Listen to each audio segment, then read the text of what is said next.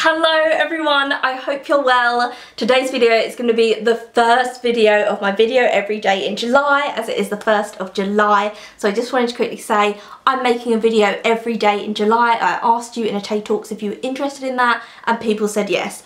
I have pre-recorded nothing, so every day I'm going to get up and film a video and upload it onto this channel. If you're interested in that, feel free to subscribe, watch the videos. I wanted it to be really authentic, so nothing pre-recorded, just every day my thoughts and feelings and what I really want to talk about. So anything that you want me to talk about, leave down below. So I thought I would start the month with a video that I get requested quite a lot, which is unhaul videos. Why don't you unhaul books? Why don't you do unhaul videos? They are really popular on BookTube, and it's basically when someone holds up a load of books and says the reason they're getting rid of those books. So it will either be they've got a better edition of that book, or it's an unread book but they're not interested in reading it anymore, or it's a book that they've read and they absolutely hate and they don't want in their collection anymore. I am a book hoarder.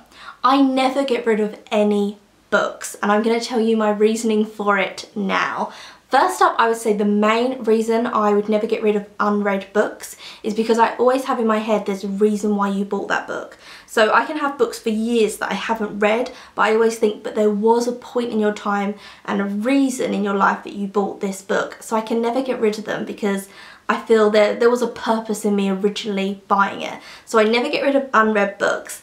The big reason, the big thing that people say, why don't you get rid of books that you hate though, Hannah? Because I'm really honest on this channel and I will hold up books and be like, that I despise this, but I keep it in my collection, I never get rid of it. And the reason for that is I write all over my books. I write sassy notes everywhere. So the books behind me, you can see all these books, I have read them all, they're all like crammed into the shelves. I can't get rid of even the ones I hate because I've written stuff in them, and I've written in them in pen, and I've tabbed bits. And when I do my book reviews and I don't like a book, I don't like to just say, oh, I think this person's like a manipulative character and it's being put out as romantic. I like to back up my arguments. You know me, I like to bring my receipts. And I hold up the book and it's got all little tabs in it, and I'll say, this scene, let me read you a section from this scene, and on this page I think this is abusive, so that people who own the book themselves can turn to that page and be like, oh, I know what Hannah's talking about with this. So I like to back up my arguments, and that's why I write all over the books. I also find that if you write in books in pencil, because the pages are always rubbing against each other, they always fade and I can never work out what I've written. I have really bad handwriting. And I'll go into dyslexia and stuff to that because I have links in that as well. But just first off, I write sassy comments in books I don't like. I'm like, I hate this character, he's a manipulator. And I don't think it's fair then if I put that in a book, to give that book to a charity shop, and then I just spell myself there, sorry. And then for someone to read that book and have my thoughts kind of influencing what they think of the book, I just don't think that's fair. So I can never give away the books that I've already written in. And sometimes I like to reread the bits that I've tabbed in books that I hate because I just find it funny, or if I'm doing a video and I'm talking about a certain subject, I might want to use a book that I hated, and because I've tabbed in a section I can say, this is an example of what I hate in books, and I can use stuff like that. Another reason, and this is something that I've kind of recently thought about, why can you never get rid of books that you've read and hated, is because I never used to read. So I didn't find out I had dyslexia until I was 18 years old. I had done my schooling. By the age of 16, you are done with high school. You then go on to college or sixth form. Or you can do an apprenticeship, or you can leave and get a job. And so when I was younger, at 16, you could just leave school. So I left school and I went to college. And it wasn't until I went to college that I got told, oh, you're dyslexic. And I had no idea. I'd been in bottom set everything though. I was really bad at English. I absolutely despised maths. I really struggled. I was in bottom sets, and I found school hateful. I hated it. And whenever my parents would say, why is Hannah in bottom set for this, to my teachers at parents' evening, the teachers, the little rats, would say that I was a daydreamer. Excuse me? I mean, if they saw my channel now, be like, yeah, she's still living in this weird world of her own. But I suppose I am an odd character, so maybe that's why the teachers used to say it, but they used to write it on report cards, and I have report cards where my teachers used to say, the reason Hannah's in bottom set is because she just daydreams, she lives in a world of her own.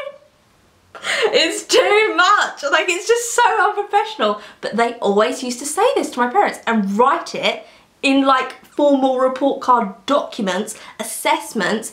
They used to say like, she lives in a fantasy world. And I was really shy at school, and I only had like a few friends, and I'd be friends with the group, and then I kind of wouldn't like fit in the group anymore, so I'd be friends with another group. And I am quite an odd character. I always just have been a bit bizarre, and so I think they thought from that, like, she's shy, she's daydreaming, she's in her own world. I used to have diamantes on my eyes at school. I was always a bit flamboyant. I think from that they must have thought like, she's just a weirdo and that's it, and that's why she's on bottom set. But really what it was is I couldn't understand what was going on. So I was never badly behaved. They could never say anything like that. I was never a chatter, never chatting away to anyone in class. I was really well behaved, but they'd be doing stuff on the board and it would be like a foreign language to me. I'd be thinking, I don't understand how everyone's getting this and I'm not getting it. I didn't get it, but it's because I had dyslexia. When you have dyslexia, you learn in different ways, and you can learn little tips and tricks which help you do certain things. And reading was a massive struggle for me, like huge. Because I had dyslexia, I felt really dumb, and the thing that I used to hate the most, and it makes me feel sick thinking about it, was reading aloud in class, because I was really bad at it because I had dyslexia, I didn't know. So when you have dyslexia, you will read words wrong. So now it takes me a long time to read a book. And I go along the book, and I normally put a bookmark, so I go line, line, line, and move the bookmark down the page so I can really see the line, and I take my time and I take everything in. And maybe that's why I make notes in books and analyse it as well, because I want to get the full picture of it. And so I didn't know that when I was younger. So I just have a book, and I didn't know, oh, it helps if you like use your finger on the page, or if you use a ruler. I knew nothing. So I just had a book and had to read aloud, and it was so embarrassing.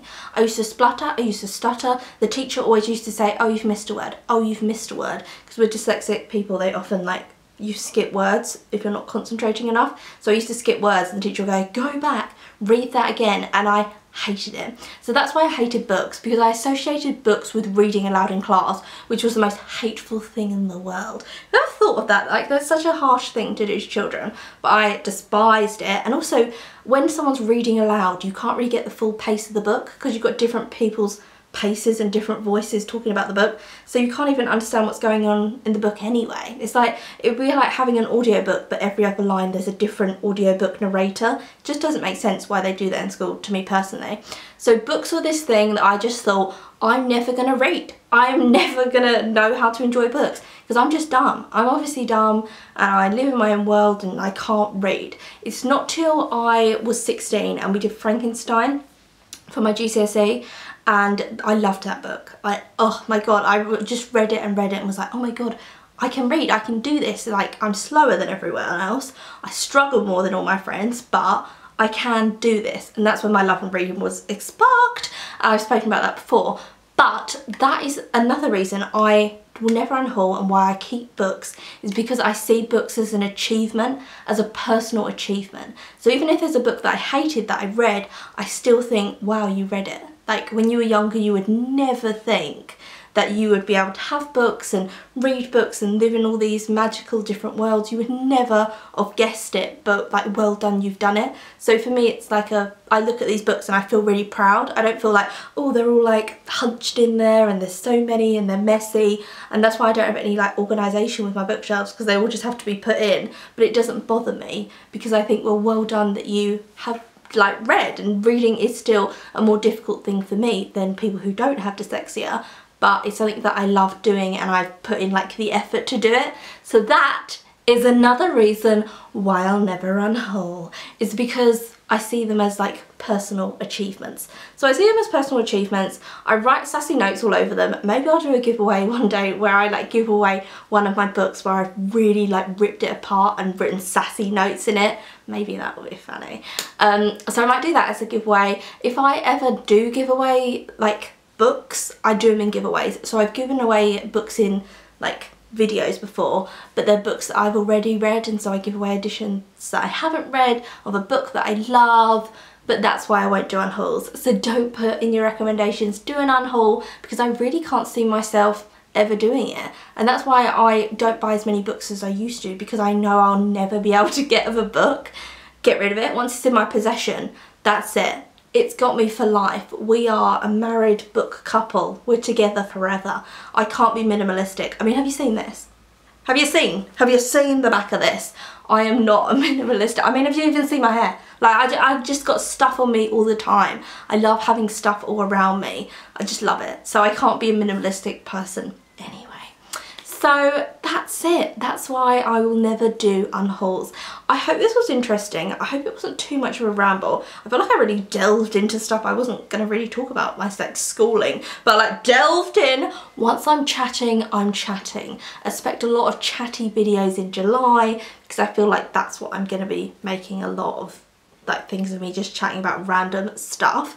Also, are we liking forest in the hair? How are we feeling? I collect everything, you know me, I'm a hoarder, but I do collect vintage fake flowers, and so I have all these vintage fake flowers and I really like just doing kind of a bridesmaid look with it. I think, oh, okay, let's just stab myself in the head, there.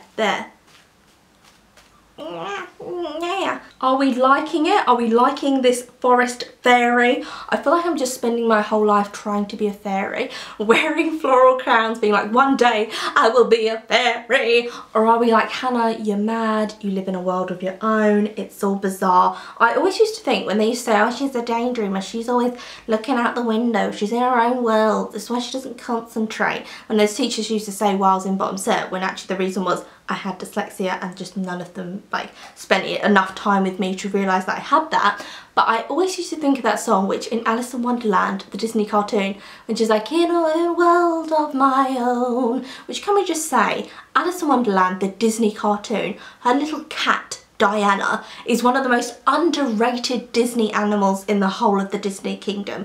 Diana is so cute and lovely. She has a little pink bow, and when Alice is like in a daisy field and she's like, if I in a world of my own I could talk to Diana, and all this different stuff. So I always used to think like that, which, to be fair, yeah, like I in a world of my own. But this is it. This is the end of the video. I will end today here and I will see you tomorrow, which I hope will have a way of talking like I'm a Dracula. I don't know, but I'll end the video here with Dracula me. Leave down your recommendations of different stuff down below, and I'll see you tomorrow for another video. Dracula! I look a bit like a Dracula's bride today as well. Dracula.